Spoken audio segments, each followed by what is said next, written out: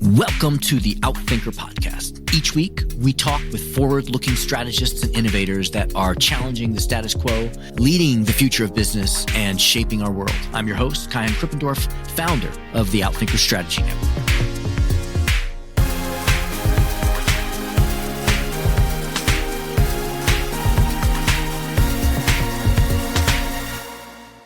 Marshall Goldsmith is a New York Times #1 best-selling author. He's written or edited 47 books, which have sold over 3 million copies, been translated into 32 languages, and become listed bestsellers in 12 countries. Amazon recently recognized the 100 best leadership and success books ever written and included Marshall's Triggers and What Got You Here Won't Get You There on that list. Marshall is the only living author with 2 books on that list. He is a member of the Thinkers50 Hall of Fame. He is the only 2-time Thinkers50 #1 leadership thinker in the world. He has been ranked as the world's #1 executive coach and top 10 business thinker for 8 years. And he was chosen as the inaugural winner of the Lifetime Award for Leadership by the Harvard Institute of Coaching. Marshall served as a professor of management practice at the Dartmouth School of Business, his Ph.D. from UCLA Anderson School of Management, where he was the Distinguished Alumnus of the Year, and his MBA is from Indiana University's Kelley School of Business, where he was the Distinguished Entrepreneur of the Year. He is one of a select few coaches who has worked with over 200 major CEOs and their management teams. He served on the advisory board of the Peter Drucker Foundation for 10 years and has been a volunteer teacher for the U.S. Army generals, Navy admirals, Girl Scout executives, and leaders in the International and American Red Cross, where he was a National Volunteer of the Year.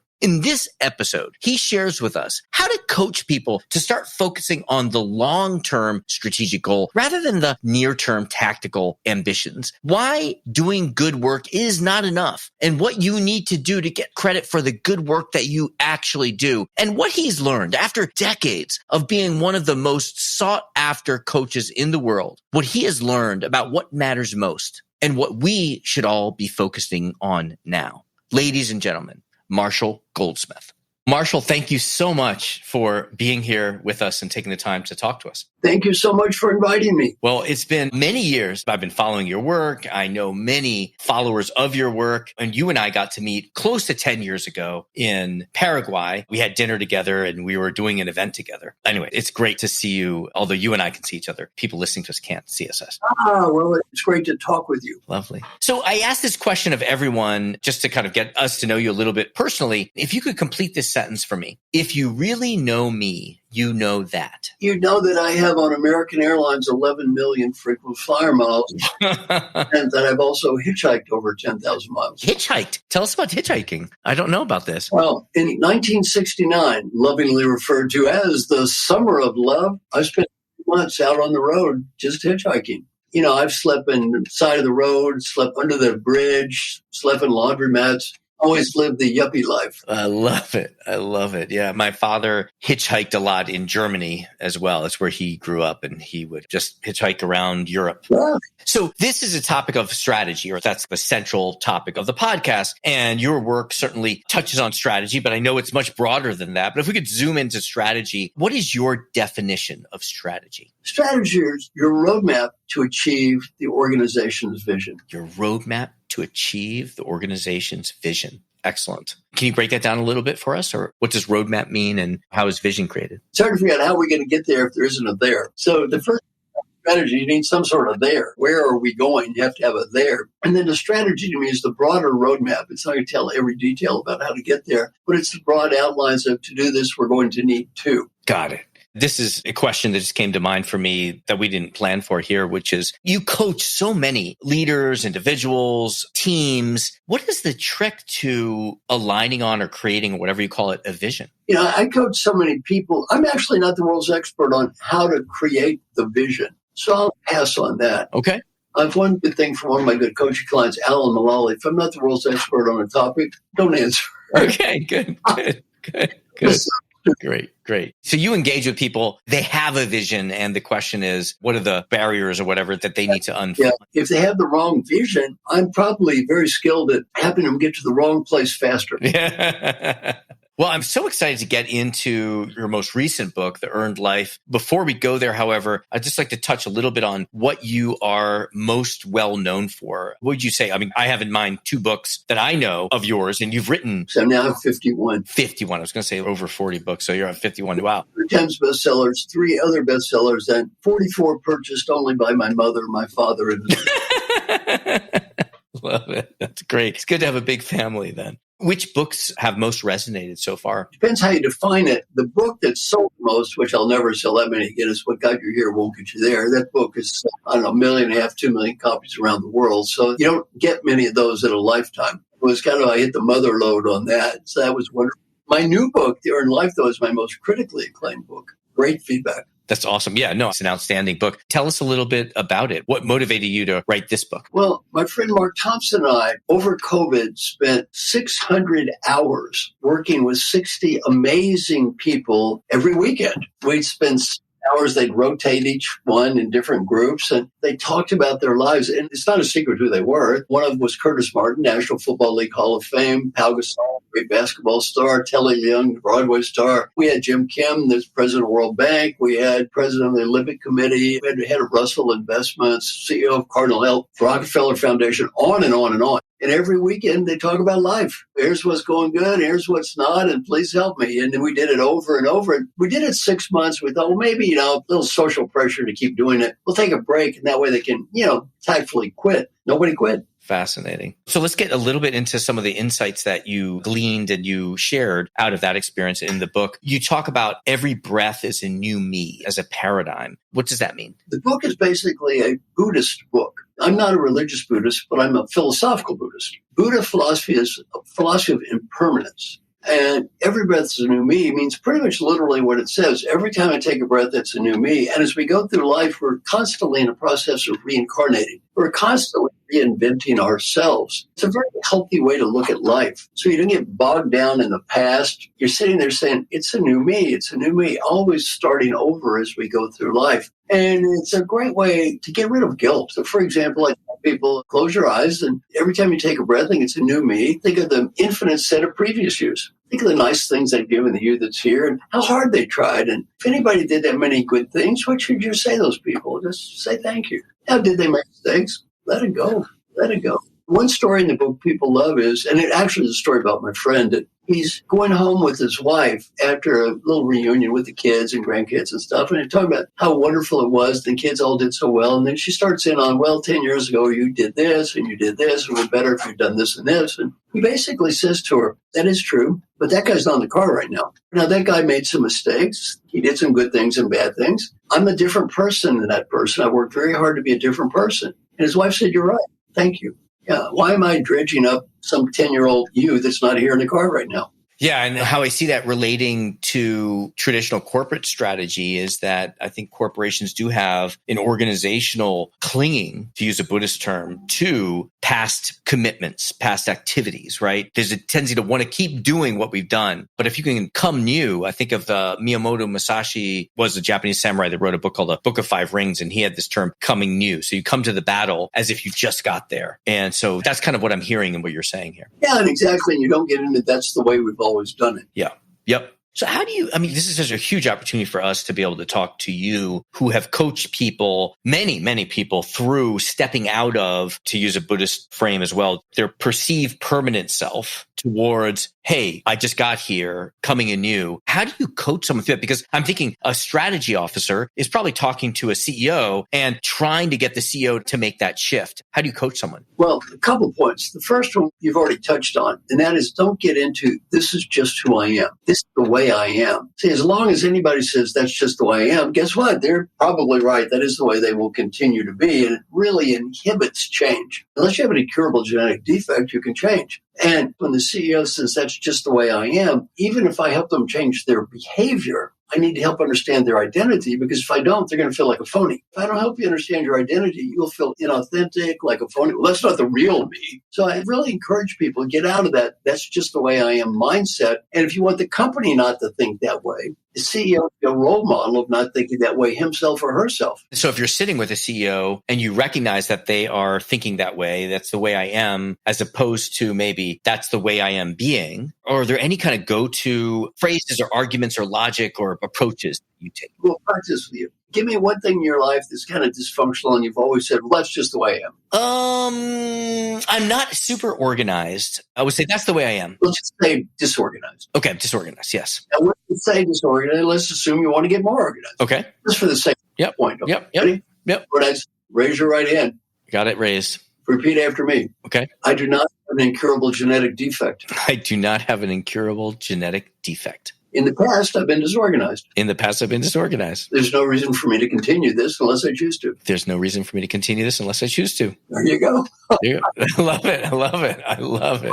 I love it. Oh, wow. I felt that. I really felt like me stepping out of this perception of who I am as a permanent thing. And that was super simple. Wow. Yeah, you think about it, there's no gene that's making you disorganized. You don't have some genetic defect. Yet we talk about ourselves as if we have these genetic predispositions that are unchangeable. Now, some are. I can't make a short person tall or anything like that. On the other hand, assuming your issue is not truly a genetic issue, any behavioral issue you can change. I love it. Well, I want to dig in further there, but there's so many things I want to talk about in the time that we have with you. You say something in the book like credibility has to be earned twice. What do you mean by that? This one is a great one for your strategy people, because it applies both individually and collectively. This applies at every level, from the human being to the team to the organization. Now, what does that mean? Well, I've got to ramble a little bit to cover the points, but I had the privilege of spending 50 days with Peter Drucker. I was on his advisory board for 10 years. I mean, many lessons. I got ranked #1 leadership thinker in the world. My intellect compared to him is that of a 10-year-old. This guy was really a smart guy. One of the things he said is our mission in life is to make a positive difference, not to prove we're smart, not to prove we're right. Well, most people forget about that. They're lost in being smart and right, and we forget nobody cares. We're just here to make a positive difference. Number two, he said, every decision in life is made by the person who has the power to make the decision. Make peace with that. Most CEOs get this, or many humans don't get it. Decisions are made based on one variable, power. Whoever has the power to make the decision makes the decision. That's it.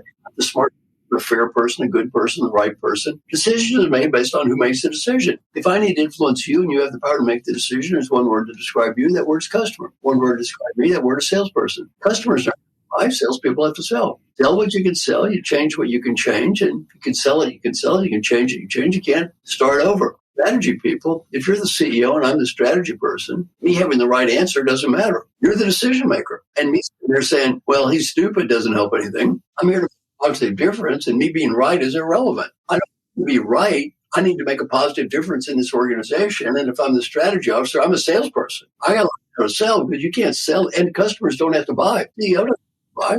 You got to sell. The best strategy officers, they know how to sell. Now, credibility must be earned twice applies at the micro and the macro. Let me talk about micro and then the macro. The micro is it's really fun. At the micro level, I basically wrote a book called What Got You Here Won't Get You There. And that book is largely about people who oversell. They try to prove themselves too much. In my model on credibility, I talk about two dimensions. One dimension is called proving myself, and the other dimension is making a positive difference. And what happens in life, for many of the people I've coached, which led to my book, What Got You Here Won't Get You There, they try to win all the time. Have to prove they're right, win all the time, whatever.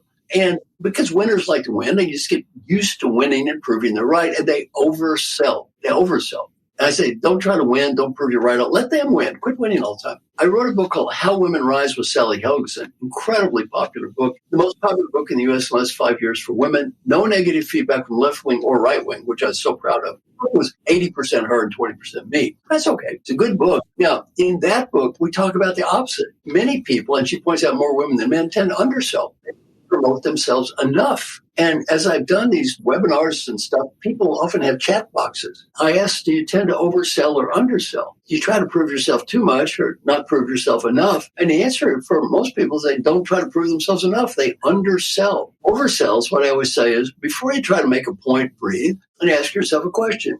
Is me proving this point going to make the world a better place? Well, if the answer is no, shut up. Why are you saying it? First, I asked 3 questions. Question 1, if you became more powerful and influential, would the world be better off or worse off? They invariably say, better off. 2, does trying to become more powerful and influential make you feel uncomfortable? They invariably say, yes. Question 3, what is more important to you, making the world a better place or being comfortable? You repeat that one more time? Sorry, that really hit me. What's more important, making the world a better place? If you want to be comfortable, then be comfortable. You want a better place, get over yourself, get out there and learn how to sell. And it's a great point for undersellers. Sometimes the problem is people get too arrogant and they undersell. Most of the time, people lack confidence and undersell, but sometimes the opposite is true. Have you ever heard this? My good work should speak for itself. Have you ever heard that before? Yes. My good work should speak for itself. Yes. I shouldn't have to sell it. I've done great work and it should be evident, right? I've built the perfect mousetrap and people should understand that this is a great mousetrap. Your good work is not going to speak for itself. Strategy officers, your good work strategy officer will not speak for itself. No one's work speak for itself. You got to sell. If your good work would speak for itself, the company wouldn't need a marketing function. Now, part of that could be I'm insecure, but part of it could be I'm arrogant. I have seen strategy officers who were arrogant because they had the right answer and somebody would give a shit. Let's say you have the right answer, but nobody executes on it. It's a useless answer. It's a useless answer. So Hubert Joly, my good friend, was CEO of Best Buy, did a spectacular job, fantastic CEO. And when he left, he's going to write a book, which he did called The Heart of Business. I said, Hubert, let me talk to you. You want to write this book? You're a book salesman. Get over your ego and don't sit there like a typical CEO and say, I shouldn't have to sell things. If you wrote the book, obviously you want to sell copies. Get out there and sell. And he has. And he's done a great job. And I'm so proud of him because he was selling because he believed in the product. He wasn't so arrogant that said, well, I'm Hubert Joly and I'm a big deal and everybody's going to buy this book because it's great. Wrong. Right. So let me ask you, I don't know if this fits the model here, but I'm thinking at one extreme there is, I've got the right answer and you should just understand the answer. At the other extreme is, I don't have the answer, but let me tell you what you want to hear, right? In the middle, you've got something like, I've got the right answer. I believe in this answer. Let me convince you why this is the right answer because I believe it's the right answer. Another one is, the best answer that you won't buy into. When I was in consulting many years ago, we'd always do this checklist at the end of a study. Will leadership buy into this? And if leadership won't buy into it and won't execute it, maybe we reduce the recommendation to something. So there's a kind of compromise. What's your reaction? I like it. What I like about it is very practical and very real. It's not abstract. You're not focused on prove you're right. You're focused on make a difference. I mean, the question is, what are you there for? If you're there to prove you're right, prove you're right. If you're there to make a difference, make a difference. Proving you're right and not making a difference, I would say for most cases, is a waste of time, especially with strategy offer inside the company. See, if you're an author or something, well, maybe you're a college professor, you can just prove you're right and everybody's fine. You don't make a difference, well, then you still feel good. On the other hand, if you're a strategy offer who is paid by the corporation, you are there to make a positive difference. Shareholders writing the check, salary, and they're not writing the check for you to do an abstract study. My little business years ago was called Kelley, Goldsmith, and Boone. And we hired this ex-McKinsey guy, which is probably a disaster for most small businesses anyway. I'm ex-McKinsey as well. Well, and we paid him. That's very good. He didn't sell anything. Yeah. He came up with nothing that sold anything. So my partner, Joe, wants to get rid of it. So he calls him in, and Joe is conflict averse. So he blah, blah, blah, I said, don't get to the punchline. I said, Scott, let me just be clear. You're fired. And Scott says, well, I don't think you understand. I MBA from Harvard, ex-McKinsey guy. You can't fire me. Joe says, what? You can't fire me. Joe looked at the guy and says, the name of our business is called Kelley, Goldsmith and Company. He said, my name is Kelley. His name is Goldsmith, and your name is not Company. In a small business, you can't have somebody coming up with theoretical crap. It's being paid for out of my wallet, by the way. I am paying for this myself. It's not coming out of the sky. There's no stockholders here. He and I, we're writing the checks. Yeah. You can't do that. Yeah, absolutely. That makes a ton of sense. I mean, a solution that isn't adopted. I think Steve Jobs said innovation is creativity that ships. The difference between innovation and creativity is like creativity is having an idea. For it to be innovation is it has to be adopted. It has to be sold. It has to have impact. And Steve Jobs is a great case study. My good buddy is Safi Bacall. Have you ever met Safi? Oh, yes. I love him. He wrote a book called Luke, and he makes a great point. You have artists and soldiers. Jobs is kind of an artist, and he used to deify artists and shit on soldiers. What happened? They didn't make money. And he finally brings Tim Cook, who's a soldier, and they start making a lot of money because, somebody's got to make the trains run, and they're not all artists. And Safi's point, which I love, is you need both. Now, speaking of Safi is in my group. And one of the things I talk about in the group is you never place your value as a human being based on results. The individual shouldn't do this. The corporation shouldn't do this for a variety of reasons. One, you don't control results. There are a million variables impacting results, many outside your control. And two, what happens after you achieve the results? Well, what happens then? How long are you going to be happy? A week, a day? Not much, right? So what happens is Albert Bourla is one of the guys that wrote an endorsement there for me. Albert was CEO of Pfizer. So I said, Albert, how's it going? Oh, how was last year? Oh, it was good. A few months ago. Last year, the cure for COVID. Oh, good. And then we have employee engagements, all-time high, pride in the company's high, stock price high, new book, CEO of the year, blah, blah, blah. I said, it's great. What's your problem? He said, I have a huge problem next year.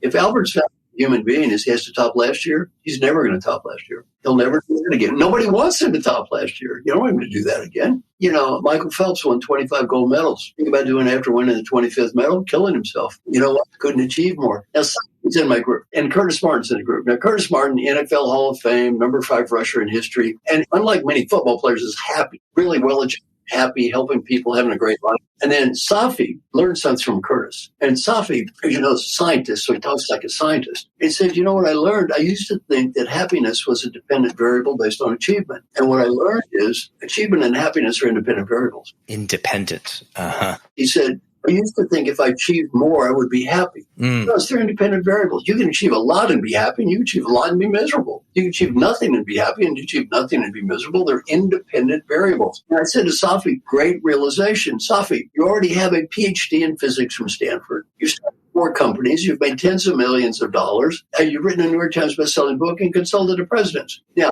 that's not enough achievement to make you happy. Exactly. How much do you have to have? Already at 99.999 on achievement now. Over that 99.9999 is going to make him happy? Not really. It's just a great point in the book. So in the book, I talk about 3 things. One, we need higher aspiration. That's why am I doing this? And every company needs higher aspirations too. Well, what's the point of all this? Second is our ambitions need to connect to our aspirations. Now, our aspirations don't have a finish line or a target. They're the answer to the question, why? On the other hand, our ambitions have a goal, a certain subpoint, and you focus on that. And then our actions are what we do every day. Now, in the history of the human species, most people have been focused on the action phase. Our ancestors were poor. They didn't have time for lofty goals. They just lived day to day. And most people today still are focused there. Most humans live just in day-to-day life. They show up, they get their job done, they do what they're told, they play video games, whatever. Like professors maybe or ministers, they live in their head. They live way up in the sky. They come up with lofty ideas. They don't really achieve much of anything. Strategy people, unfortunately, are kind of a little bit of that. The people listening to us, though, and everyone I coach, and I'd say the huge majority of people listening to you right now, their problem is the ambition achievement phase. They're achievaholics. They get so focused on achievement that they can forget a few things. One, why am I doing this? Why am I trying to achieve all this stuff? And then number 2, they can forget to enjoy life. So fixated on achievement, they forget to enjoy life. There's some great research about marshmallows. I love this part of the book. Okay. And the research is you take these kids, you give a kid a marshmallow, say, kid, you eat 1 marshmallow, you get 1. Kid, if you wait, 2. Originally, they've done this longitudinal study that shows the kids that eat 1 all become drug addicts, and kids that wait all get PhDs from Stanford. So the gist of it is delayed gratification is good. Right. How many self-help books say that? They all do. Delayed gratification, good. I'm going to teach you how to delay gratification. You will achieve more. Yes. Eat less, exercise more. The problem with the research, they didn't take the kid that had 2 marshmallows and say, wait, let's wait a little more, kid. Whoa, wait some more. 4, 5, 10, 100, 1,000. Or the end, an old man sitting in a room waiting to die, surrounded by thousands of uneaten marshmallows. Oof. Yes. Sometimes you got to eat the marshmallows. Yeah. Yes. I didn't know that's where you're going to go. Wow, that's brilliant. Now, I love this story of Jack Welch. Jack Welch has triple bypass surgery, almost dies. My friend asked him, Jack, what'd you learn about life when you thought you might die? You know what he said? Why am I drinking the damn cheap wine every night? Incredible wine collection, all these fancy wines, right? And he loves wine. Right. He's saving them. Cheap wine. You know what he was waiting for the other wine to appreciate in value. I'm Jack Welch. I'm rich. I'm worth hundreds of millions of dollars. You can afford a nice glass of wine. Value. That is insane. One commitment, no more cheap wine. Classy. I love it. Oh my gosh. So I have so many more questions for you, but I know that we're reaching the top of our time with you. And so I think what I'd love to come to is how can people connect with you, learn from you, follow you? Because we've just kind of scratched the surface of one of 51 books that you've written. We want people to be able to learn from you. So what's the best way for people to engage with you? I'll share it with you. Yeah. I've seen this model before. It's called the reverse franchise model. Okay. The franchise model is you do exactly what I say or else I'll sue you. Okay. Or else if you don't give me money, I will sue you. Mine is a little bit different. Okay. Everything I know for free, and they can use it any way they want. You can put your name on it, modify it, change it, do whatever you want with it. And two, it's all free. It's all free. So I have a website, www.marshallgoldsmith.com. You go to I've got 1.4 something million followers on LinkedIn. Go to LinkedIn, go to my website, and I give everything away. Proud of so many people use my stuff all the time around the world. And that makes me feel good. One of the women in our group is called Nankande, and she's using it to teach high potential leaders in Africa. I'm not going to do that. But I feel like when she does it, if it helps them in a little bit, I help them too. And Sally and I did this book, How Women Rise. That's mostly her. I'm not an expert on women's issues. She is. But it helps a lot of women.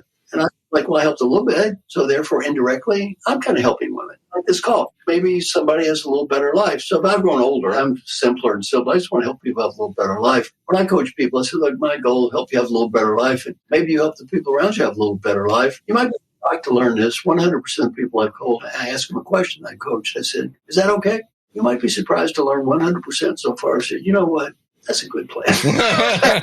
Let's just do that. Love it. Love it. Wow. Well, thank you for all the work that you do and for sharing it with us and being so generous to make it available to all of us and for sharing some of that here with us, Marshall. It has really been awesome having you on the podcast. Well, thank you so much for inviting me. Thank you. Thank you to our guests. Thank you to our producers, Karina Reyes and Zach Ness, our editor, and the rest of the team. If you like what you heard, please follow, download, and subscribe. I'm your host, Kai-Han Krippendorf. Thank you for listening. We'll catch you next week with another episode of Outthinkers.